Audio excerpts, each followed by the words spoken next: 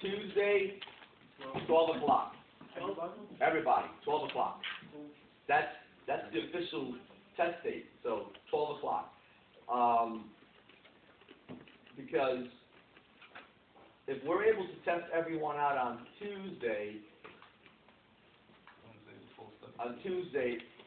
which we will, okay, everybody gets tested out, because Wednesday's just for review, you know. On Wednesday,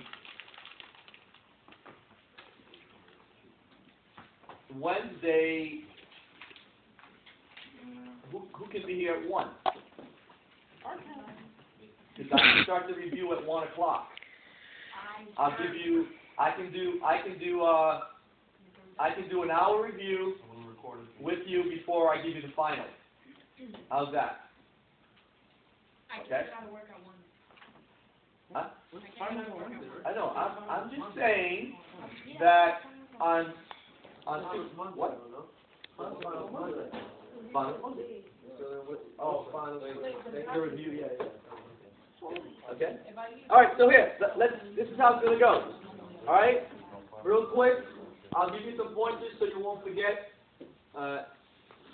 So you're gonna walk in. The instructor will have his paperwork. Oh, please. Bring your paperwork. Bring your paperwork. If you don't have your paperwork, you're not taking the state. Okay. All right. Be inside, staying safe. He'll give you the scenario. How many patients do I have? Am I going to need additional resources? And if it's a trauma call, you'll have 2 imaginary partners with you. Okay, 2 imaginary partners with you. So be inside, stay safe. How many patients do I have? I already know the type of call I'm responding to. Do I need additional resources? And I'm going to have one of my imaginary partners stabilized, C-spine stabilization. Okay? Lisa. Does anyone here know Lisa? You know Lisa? You know how to do it? You know? Yeah? What is it? Life stress, general impression, stabilize, and A is auscultate, right? No. A. Airway. Airway, there we go. Airway. Lisa. So after you size up, as you're approaching the patient, you are checking for any life threats that might need to be corrected as you are approaching the patient. Okay?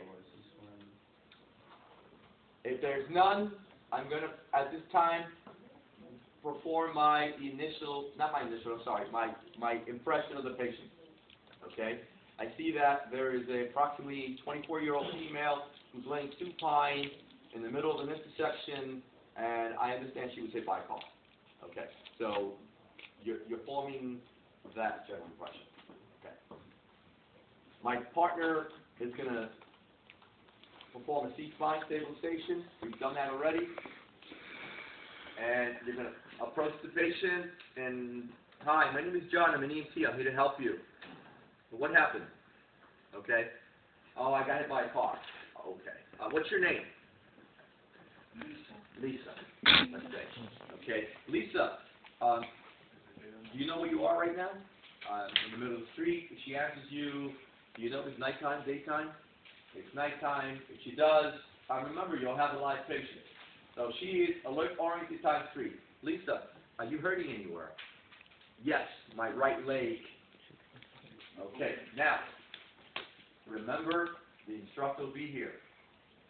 Okay, ask the instructor, what do I have? What type of injury? The instructor says to you, she's got an open compound fracture to her right lower extremity. Okay, is it life-threatening? None? Okay, I'm going to go ahead and have my partner dress it and splint it.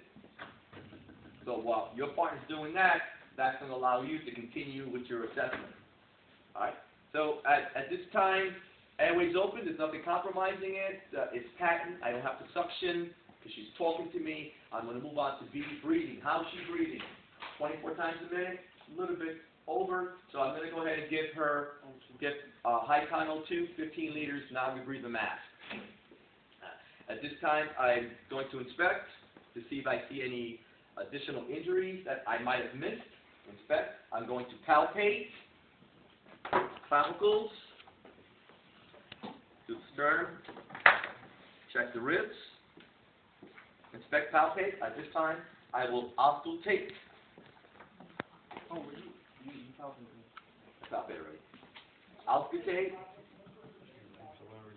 the mid-axillary line. Okay. At this time, I will seal or stabilize any flail segments. Do I have any? Ask the instructor. He says none.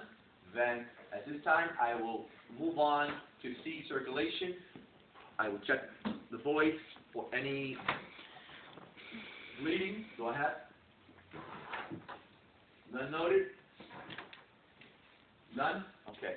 This time I'm going to check bilateral radial pulses to make sure they're present. They are present. I'm checking color, temperature, and condition of skin.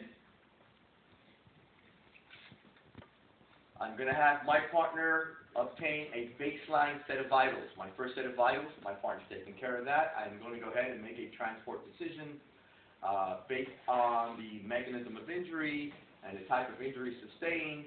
I would load and go. I'm going to go ahead, my partner's going to go get the stretcher, longboard. I'm going to go ahead and perform at this time a rapid trauma assessment. I'm going to just go back here. I'm going to check the DCAP, ETLS, DCAP, ETLS. I'll check the ears for any spinal fluid, behind, both sides, DCAP, ETLS, DCAP, ETLS. I'm checking the eyes, making sure they're equal and react to light. I'm checking to see if I see any spinal fluid, bleeding in the nose, checking for any loose dentures. Do I have any? None. I'm going to continue. At this time, if I have a collar, I would go ahead and apply the collar, but before I apply the collar, I would check the DCAP ETLS. This time I'm checking for any jugular vein extension, trachea deviation. Do I have any? None? Okay, I will continue. I'm going to go ahead again and palpate. Take a deep breath. Okay, let it out. I'm going to auscultate. 4. Take a deep breath. Let it out. One more time. Again. One more time. Good. Checking DCAP ETLS. Pulse motor sensory. DCAP ETLS. Pulse motor sensory. I'm checking the quadrants. DCAP ETLS. Checking the pelvic. Checking for crepitation. There's the male. I check for prior prism. None noted at this time. I'm checking DCAP ETLS. Pulse motor sensory. DCAP ETLS. Pulse motor sensory. Checking for symmetry. My partner just got here. At this time, we're going to log roll on Hetman count. 1, 2, 3. I'm checking DCAP ETLS for any defecation, urination. DCAP ETLS. Hetman's count on 3. We're going to go ahead and log roll on to the longboard. 1, you cut it. Both on. This time, we're going to go ahead, put them in the bus. In the bus, I'm going to go ahead and take a full set of vital signs. I'm going to do my sample history. After the sample history, remember sample history, signs and symptoms. Signs is what you see, symptoms. Are you still feeling dizzy? Are you still in pain? Any other pain? Anywhere? None? Okay. I'm going to go ahead and check my O2, making sure it's still running. Okay, flowing, should I say. So signs and symptoms. Allergies, do you have any allergies to medication? Are you taking any medication? Any past medical history? And also last meal and events leading to the incident. So I would first take a full set of vitals, do my sample, and now I'm going to do my detailed physical exam. I'm going to start again. DCAP ETLS. I'm going to go ahead again, check the ear for any spinal fluid, behind the ear, any battle signs, opposite ear, spinal fluid, behind the ears, DCAP ETLS, DCAP ETLS. Check the eyes, making sure that you can react to light. Again, check for any bleeding from the nose, any spinal fluid, loose dentures. Checking for any trachea deviation, jugular vein extension. I'm going to go ahead again and check the clavicles, sternum. Take a deep breath. I'm going to go ahead again. Auscultate 6. 1, 2, 3, 4, 5, 6. Every time, remember, you'll have a live patient. Please take a deep breath, let it out. Take a deep breath, again, let it out. Checking decap BTLS, pulse, motor sensory, decap BTLS, pulse, motor sensory. Checking all four quadrants, any swelling, abnormalities, deformities. Okay, decap BTLS, pelvic, squeeze in and down gently, checking for priaprism, crepitation, crepitus, both lower extremities, decap BTLS, pulse, motor sensory, decap BTLS, pulse, motor sensory, extremity. I don't have to check the back. I've already done that. And at this time, I am done. And we'll stop.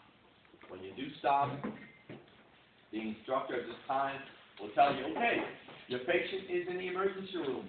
Present your patient to me.